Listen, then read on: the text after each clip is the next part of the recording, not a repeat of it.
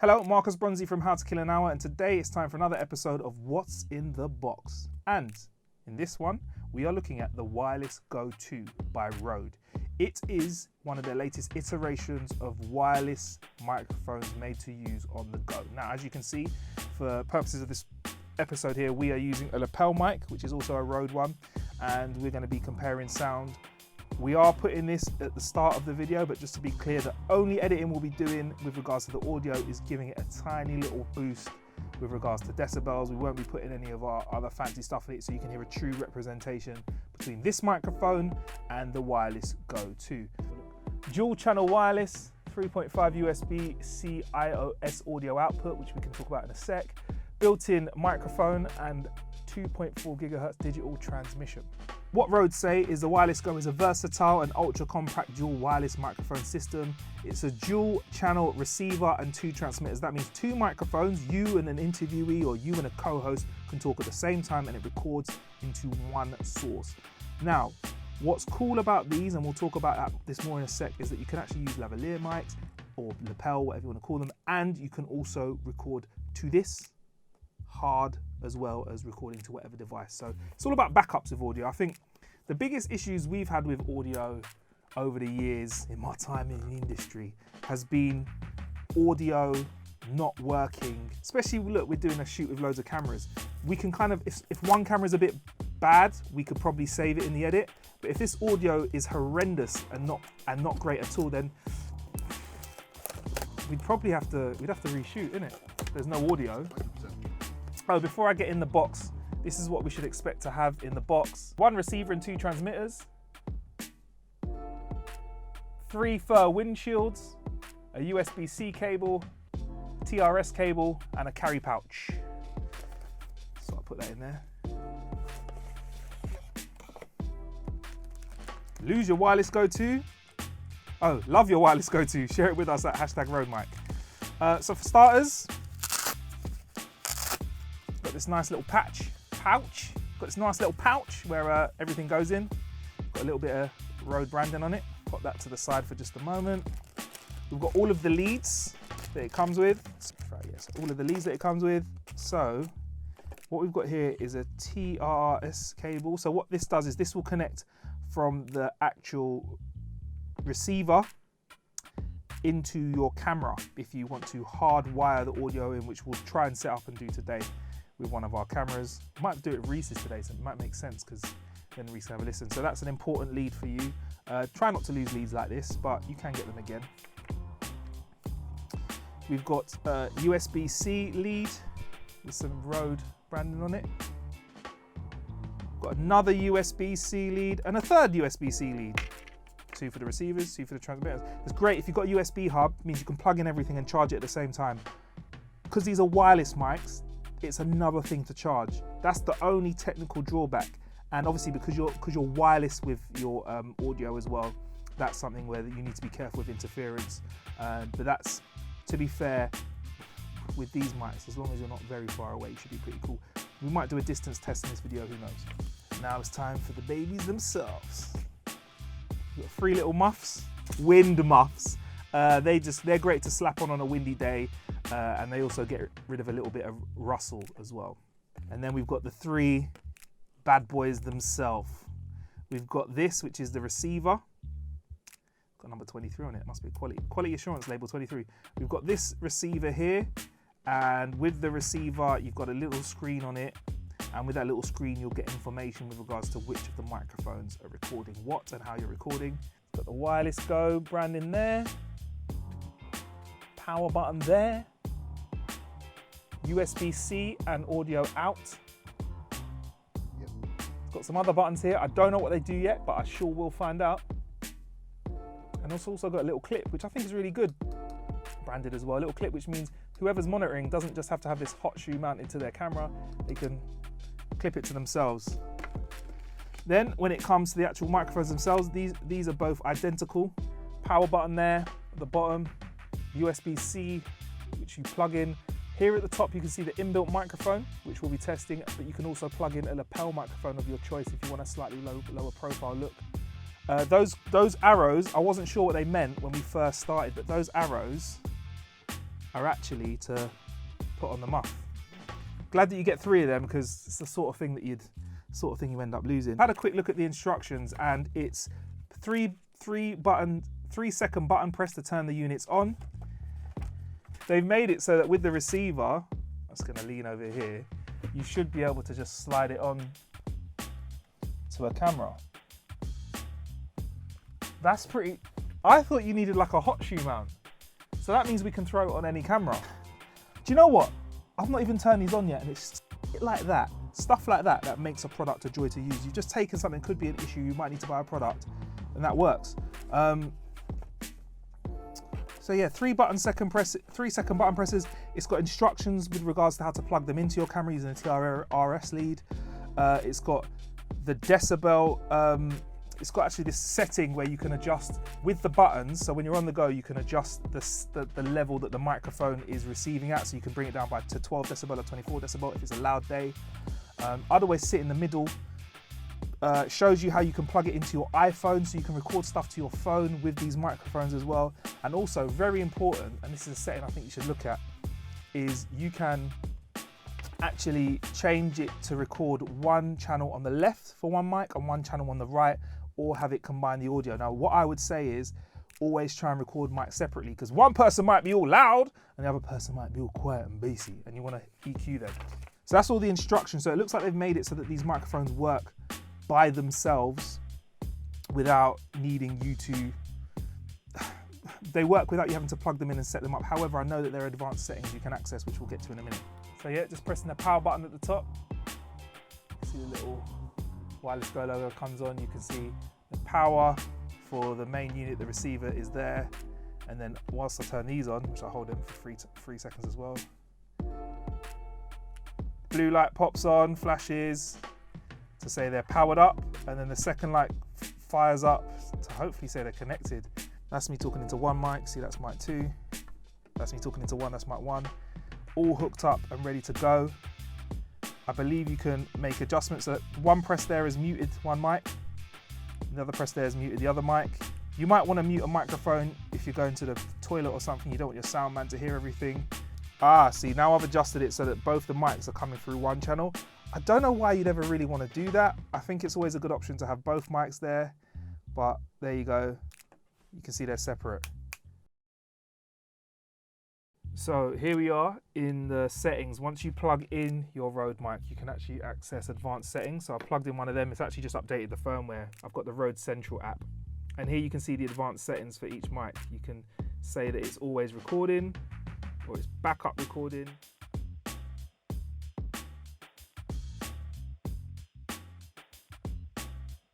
It backs up a padded version as well in the settings as well. This is where it shows you how much you have left. If you have broadcast quality uncompressed, you get 7 hours. Standard quality compressed, you've got 43 hours, which is quite a lot of time.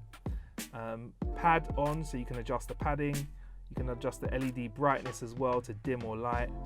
And you can have the button that you press here, this button here, you can choose whether it creates a, So if you look here, and also here you can see that those logos are the same and you can choose what that button does, whether it does nothing, it does a marker on a file, which can be quite interesting to have a marker because there could be a really good bit or a bad bit or something that needs to get cut out. You could just press that for a marker. Like if I did an interview and someone said something dope, I could be like, boom, crack a marker on it.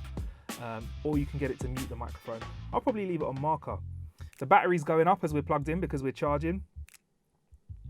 And that's it, really, each mic. I'm glad that I've turned backup always because I always want to backup recording. I'd rather have than not have. That's the microphone. Let's see what happens when we plug in the receiver to see it. It's telling me to update.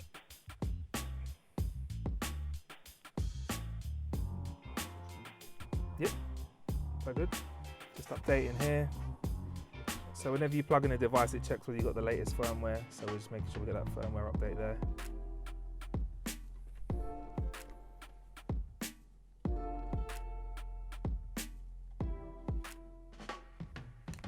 Excellent. And here you can adjust the backlight, whether that's on or off. I want that on, thank you. The gain mode can be coarse or fine, so you can adjust the decibel. It adjusts it. I mean, that's really up to you whether you want it to have gain low, mid or high. Like I said, I like to bounce in the middle really with my gain. I don't like to have too much gain or too little gain. You can change the mode, whether it's merged or split, which is where you adjust whether it has all the audio in both channels recorded or left and right. I always want that on to split, like, so I can adjust everyone's audio differently. Safety channel. Right, so at the moment you can have a safety channel recorded if you merge the audio, but if you do not merge the audio, you cannot have a safety channel, which is that backup recording we were discussing. Again, you can choose what that button does, that Rode O button does. I'm going to go for the marker, because I always like the chance to have a marker. I want everyone to be able to mark stuff. Interesting though, if I'm doing single stuff to camera, then I guess I don't need to worry about having everything split and a safety channel. But if it's just, you know, so that'd be fine. I think I always want a safety recording. That's the thing for me, to have a backup recording. So what we'll do is we'll get a safety channel today because we're recording with me, one on the mic. Reese will have the other mic as well, but we'll be very aware that they're two separate files that be merged together, and we'll go for that merged setting. But that's really good to know that the safety channel's on when it's merged. Wicked. Right, so I'm going to finish updating all of the microphones, and then we'll attach them up to our setup and we'll do a recording and see what the difference is like. So here we are at the end of the shoot, and I suppose the most important thing is how the microphones sound. Before we switch to and fro, I guess it's important for us to have a conversation about the practicalities of this microphone and where it is better and where it isn't. And of course, the setup of these microphones is better. It's amazing that they've managed to make wireless microphones so easy. Plus, we've not even got into the accessories that they've got, which means you can use the Rode as a mic that's like on a stick. Sounding so technical at the end of the day, where you can have, like, you know, a microphone that you can use as a reporter mic, an accessory that you can plug it into that makes it look like a reporter mic, should I say, and the fact that you can actually plug a lapel mic into this. There's a special one that comes from Rode. I think it's called the Go Lavalier or the Go lapel mic, which means that, you know, this blatant standout issue that people will talk about, which is the size of this, isn't an issue anymore, because you have this now a small receiver, smaller than most professional receivers I've used. You can pop in your pocket and have the lapel here. Anyway, I guess the main thing is how does it sound with only a small boost of audio? Another caveat here is that with the wireless microphone, you can either adjust its input on the device that you're recording it on in a manual way, turning a knob, or digitally. With the Rode wireless mics here, you do that on the app or on the device. So just for pure clarity, the microphone here, to make it as crass as possible, I've just plugged this lapel mic into an iPhone and I've put it down to 50%. That's the setting that I kind of usually would have it at when I'm out and about doing quick rough recordings. And for the Rode, it's on minus 15 decibels. Also, the camera that you're plugging into, you have to make sure that it's the input coming into it, or the output coming from the microphone receiver going into the camera, isn't too hot. And also, it would help if you turn some of your manual settings off. So we're using a Canon camera right now. Right now it's got, like, you know, auto microphone settings that we just turned off and turned the gain way down to about a quarter, so that a regular input wouldn't burn it out, because otherwise everyone would be saying, oh my gosh, those Rode might sound horrible.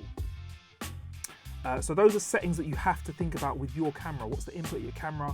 What's the input of the recording device you're on? I don't have control of that because I don't have the same recording devices as you. But anyway, let's get to it. How do they sound different? So I'm going to say the same sentence. We've recorded it and we're going to hear it a few times on both microphones.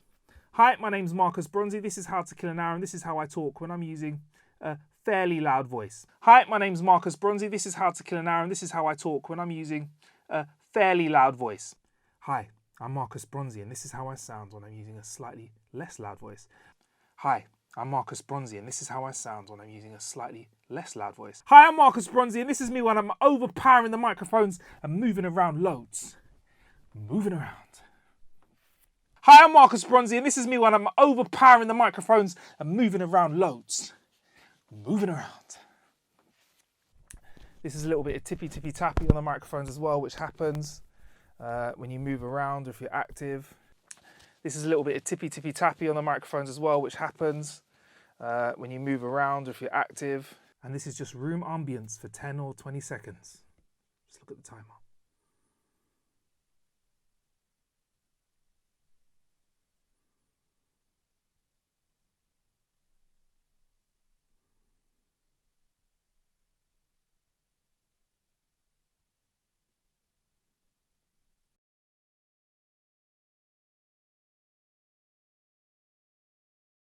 And this is just room ambience for 10 or 20 seconds.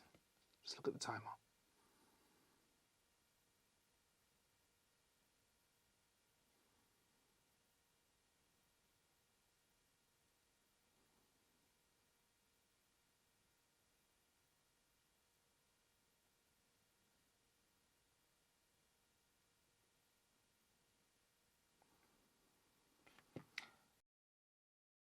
So here I am doing a quick audio test. I thought I'd do it inside a building instead of outside because there'll be more potential interference. I'm actually going to try and get through that door over there. I'm going to exaggerate my footsteps so they're over a metre long. So I'm going to count in meters, but my meters are going to be slightly longer. So what that means is whatever I count, hopefully the Rode mics can do a little bit better than. So right, let's see what the distance is like with this. So I'm right next to the camera. 1, 2, 3, 4, 5, 6, 7, 8, 9, 10, 11, 12, 13, 14, 15, 16, 17, 18, 19, 20. So that's over 20 meters. I passed through a door as well, so if there's any interference, you'll have heard it. Let's come back. Again, actually, I forgot what I counted to. But, you know. Here we go, still talking. Giving you signals throughout, so it's not just counting. Seeing how this sounds when we get all the way back. And obviously if it does cut off, we've got the backup in this mic, but hey, that's a test for you. I mean, personally, pound for pound, I've recommended these microphones for a number of people who just want to get out there and record great quality content on their cameras, on their mobile phones. Let's not forget there's a digital output from the receiver, which means you can plug into your mobile phone and get two wireless microphones recording at the same time. Great for on-the-fly interviews, especially now because camera quality on smartphones is way up there as well. Super simple and great out the box. I love the safety features. I love the fact that I've set these so that as soon as I turn this microphone on, it's recording internally for 7 hours. Great. Great. I don't have to worry about it. It means it's set and forget.